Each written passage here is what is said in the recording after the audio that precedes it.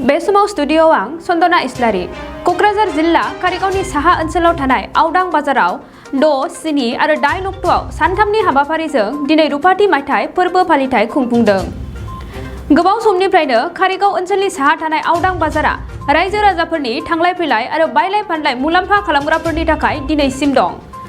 बेनिखायनो गोबाव सम बे बाजारा बयनिबो अनसायनायजों दिनैसिमाव 25 बोसोराव आगान होनायजों लोगोसे रुपाथि मायथाइ फोरबो फालिथायजों गाहाय सायनासालिखौ बेखेवबाय। लोगोसेनो फुंबिलि समाव हाथाइ आफादनि गोथार फिरफिला उरायहोनाय हाबाफारिया गाहामै गाहाम जोबना थाङो।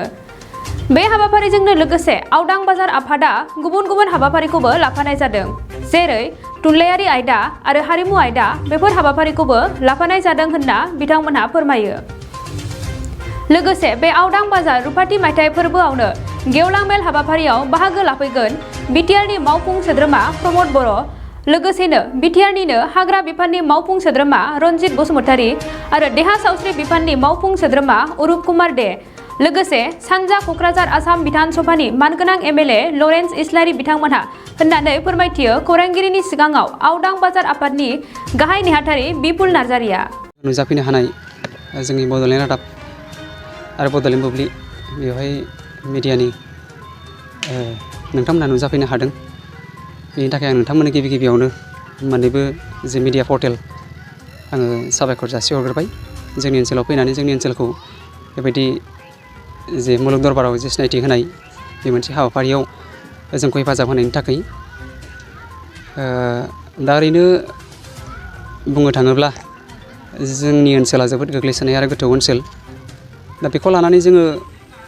जेरैबायदि सिन्था खालामो, दा बे सिन्था खालामनायखौ जों मोगथां महर होनांगौआव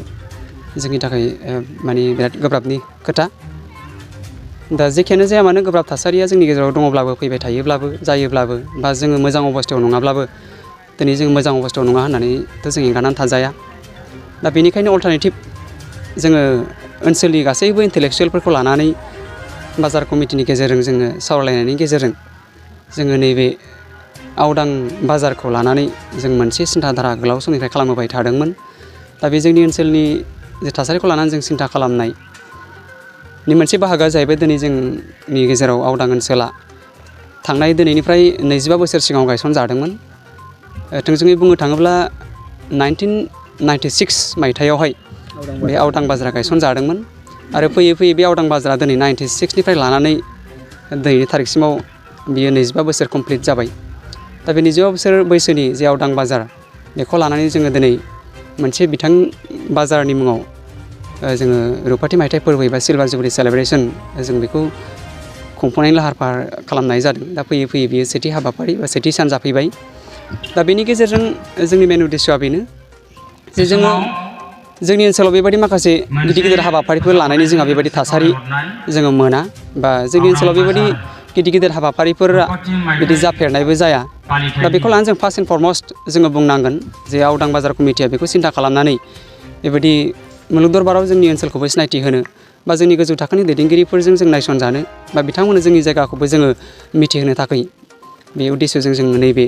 जाबायदि रुपाथि मायथाइ फोरबो जों बेखौ खुंफुंनाय जादों। आरो जोंनि उद्देश्यआ बेल' नङा जे जोंनि ओनसोला गोग्लैसोनाय ओनसोल, बेवहाय गोबां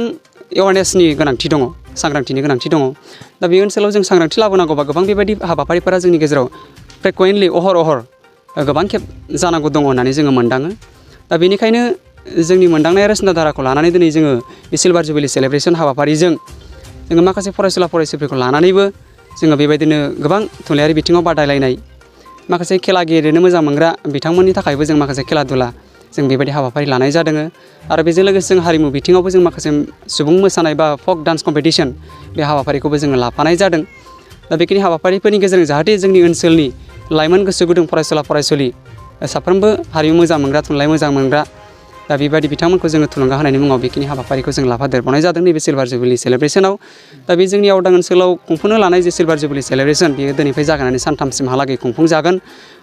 डिसेम्बर दाननि 6, 7, 8, 7, 8, 9 6, 7, 8 बे सानखौ आवगायनानै जों बे सिलभार जुबिलिखौ खुंफुंनाय जागोन। दा जोंहा दिनै सेथि हाबाफारि बायदियै फुंबिलि समाव जोङो बिदिनो बाजार कमिटिनि गिबि रुंसारि जालांनाय गाहाय नेहाथारि बिथांनि मुङाव जोङो नैबे गाहाय सायनासालिखौ रुंसारि पियारिलाल बसुमतारिनि गोसोखांथि गाहाय सायनासालि मुं होनानै दिनै जों फुंबिलि समावनो जोङो सालाकाथि ओनसोलनि सासे समाज सिबियारि बिथां थांनाय BTC इलेक्सनाव MCLA केन्डिडेट जानाय फंबाय लाजु मोसाहारि बिथांनि गेजेरजों जोङो बे मेन पेन्डेलखौ अपेनिं खालामनाय जादों आरो बेबायदिनो नैथि हाबाफारि हिसाबै जोंहा फुंबिलि समावनो जोङो बिदिनो मोनसे डेलिगेट एन्ड सेमिनार हल बेखौबो जोङो आवदां दालाइसा दुलाराय बर' फरायसा आफादनिनो गिबिसिन आफादगिरि बिथाङा जोंनि गेजेरनिफ्राय रुंसारि जालांबाय दा बिथांनि गोसोखांथिनि मुङावनो रुंसारि सोमदोन बसुमतारि गोसोखांथि थान्दै बादा मुं होनानै जोङो बेखौबो जों बेखेवना लानाय जादों जोंनि कारिगाव थारं सेरफां BCDCनि चेयारमेन बिदा गेदेर बरबन मोसाहारि बिथांनि गेजेरजों आरो दिनै फैयै थामथि हाबाफारि हिसाबै जोङो आफादनि गोथार फिरफिला बिर होनायजों लोगोसे रुंसारिफोरनि गोसोखांथिनि मुङाव बिबार बावनाय बे हाबाफारिखौ जोङो नैबे समाव मावफुंबाय दा बे हाबाफारिया जोबनायनि उनावनो जोंहा सानजौफुनि 12 बाजिनाय रिंगानाय लोगो लोगो बा सानजौफुनि 12टा बाजिनिफ्राय जोंहा बेबायदिनो आबादनि सायाव मोनसे सेमिनार दङ जोङो जोंनि ओनसोला गोग्लैसोनाय ओनसोल आरो बेवहाय मेक्सिमाम लेभेलाव आबाद मावनानै जाग्रा जोंनि बर' हारिया मानोना जोङो बेसिकेलि जों बर'खौ बुङोबा आबाद गाहाय हारि होननानै जों मिथियो दा बेनिखायनो आबादनि खेथ्रआव जोंहा गोबां एवारनेस लाबोनांगौ दङ बा गोबां बेबायदिनो आइडिया नलेजफोर शेयार खालामनांगौ होनांगौ जिहेथु जोंहा दङ दा बेखौ जों मोनदांनानै दिनै बे सिलभार जुबिलिजों लोब्बा लाखिनानै जोङो मोनसे आबादनि वार्कशप बेबायदिनो जेनेबा सेमिनार काम जोङो ट्रेनिं प्रग्राम बे हाबाफारिखौ जों लाफानाय जादों दा बियो सानजौफुनि 12 बाजिनाय रिंगानाय लोगो लोगो जागोन आरो बेवहाय जोंहा बिराद लाकिलि जों आलासि हिसाबै जों मोनबोनो हादों गाहाय आलासि हिसाबै जोंनि BTCनि एग्रिकालचार मिनिस्टार सार गनसाम दास बिथाङा बे मा होनो सेमिनार एन्ड ट्रेनिं प्रग्रामाव बिथाङा चिफ गेस्ट हिसाबै बाहागो लाफैगोन आरो बेबायदिनो क'क्राझार KBKनि बेबायदिनो मा होनो साइन्टिस्ट एग्रिकालचार साइन्टिस्ट बाहागो लाफैगोन बेवहाय बेजों लोगोसेनो BTCनि एग्रिकालचार डाइरेक्टर बिथांमोनहाबो बाहागो लाफैगोन बे सेमिनाराव खोब लाकिलि जों बिथांमोनखौ मोननो हादों बेनिखायनो जों बिथांमोननो साबायखर बावो बिथांमोना दा सानजौफुनि 12टा बाजिनाय लोगो लोगो बे सेमिनाराव बाहागो लाफैगोन आरो जोंनि ओनसोलनि गासैबो रायजो राजा आबादारि बिथांमोना गावसोर जेसेबां हायो जोंनि ओनसोलनि रायजो राजाफोरनो बेबायदिनो आबाद मावनायनि सोमोन्दै गियान बेखौ होलांनो हागोन होननानै जोंहा फोथायनाय दं आरो जों आसा खालामो आरो बेबायदिनो बे हाबाफारिया जोबनायनि उनाव जोंहा दा मोनायाव बेबायदिनो बेलासिनि 6 रिंगानाय लोगो लोगो बेबायदिनो हारिमु मोसानाय बादायलायनाय सुबुं मोसानाय बादायलायनाय जों बेखौबो लाइमोनफोरनि थाखाय जों होनाय जादों जाहाथे जों हारिमु बिथिंखौबो जों मोजाङै थिग मोनसे स्ट्रेंथेननि गेजेरजों जों लाखिलांनो हायो बर'फोरनि गेजेराव आरो बेजों लोगोसेनो गाबोनै जोंहा फुंबिलि समाव बेबायदिनो गथ'फोरनि आरो ओनसोलनि गासै लाइमोन सेंग्रा सिख्लाफोरनि प्लास जोङो गार्जेन्सफोरनिबो जों लादों बिदिनो टाग अफ वार दुरुं बानाय बादायलायनाय मिउजिकेल चेयार सिख'नाय बादायनाय बिदिनो poem recitation extempore speech debate quiz competition बेबायदि हाबाफारिफोर जों लादों फुंबिलि समाव आरो बिनिफ्राय सानजौफुनि 12 बाजिनाय लोगो लोगोनो गाबोनबो जोंहा बेबायदिनो ट्रेड एन्ड कमार्स फालांगिनि सायाव जोङो आरोबाव मोनसे सेमिनार एन्ड ट्रेनिं प्रग्राम बेखौबो जों लाबावनाय जादों गाबोन 12टा बाजिनिफ्राय बे हाबाफारियावबो जोंहा जोंनि बड'लेण्ड इउनिभारसिटिनि डेपुटि रेजिस्ट्रार सार डक्टर अश्विनी कुमार गयारि बिथाङा बाहागो लाफैगोन आरो बेबायदिनो जोङो बेसिकेलि बेवहाय बानाना प्लान्टेसन बेनिबो मोनसे ट्रेनिं प्रग्राम काम सेमिनार जागोन बेवहाय दा बिनिफ्रायबो माखासे NGO फोरनिफ्राय बेवहाय जोङो इनभल्भ खालामदों बिथांमोना माखासे बेबायदिनो ट्रेनिंनि एक्सपार्ट बेबायदि आलासिफोर बिथांमोना लाबोगोन दासिम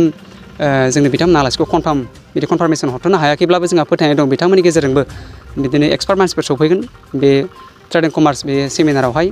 आरो बेबायदिनो जोंहा फुंबिलिनि 10 रिंगायाव बेबायदिनो सेमिनार मोनसे दंबावो बेयो सोलोंथाइनि सेमिनार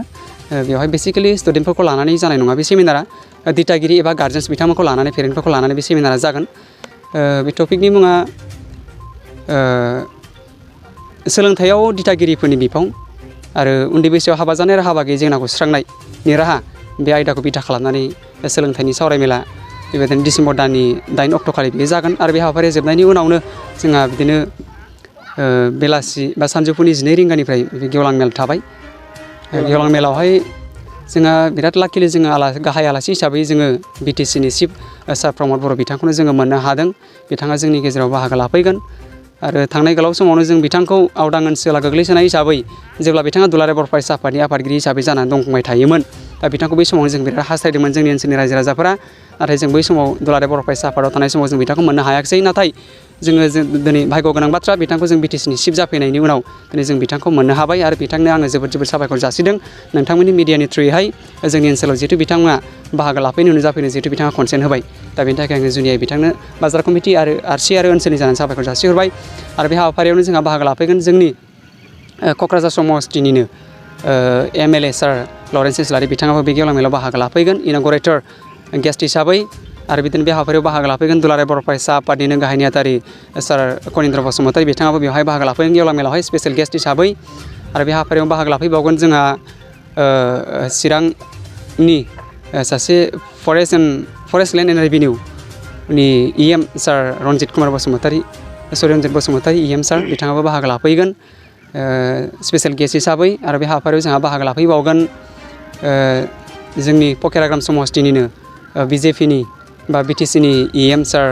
अरुप कुमार दे हेल्थनि EM बिथाङाबो बाहागो लाफैगोन जोंनि बे गेवलां मेलाव आरो बिदिनो गोबां आलासि बिथांमोन बेवहाय बाहागो लाफैगोन माखासे MCLA बिथांमोन दंबावो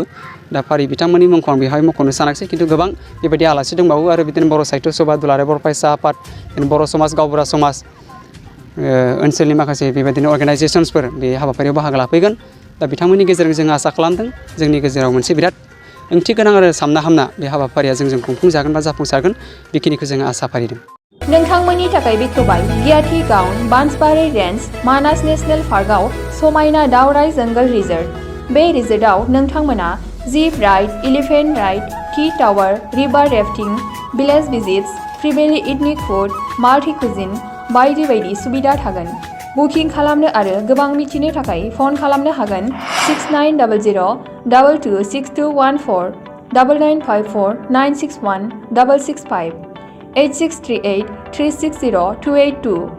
9859161912 दावराय जंगल रिजर्ट मानास नेशनेल पार्क गियाथि गाउन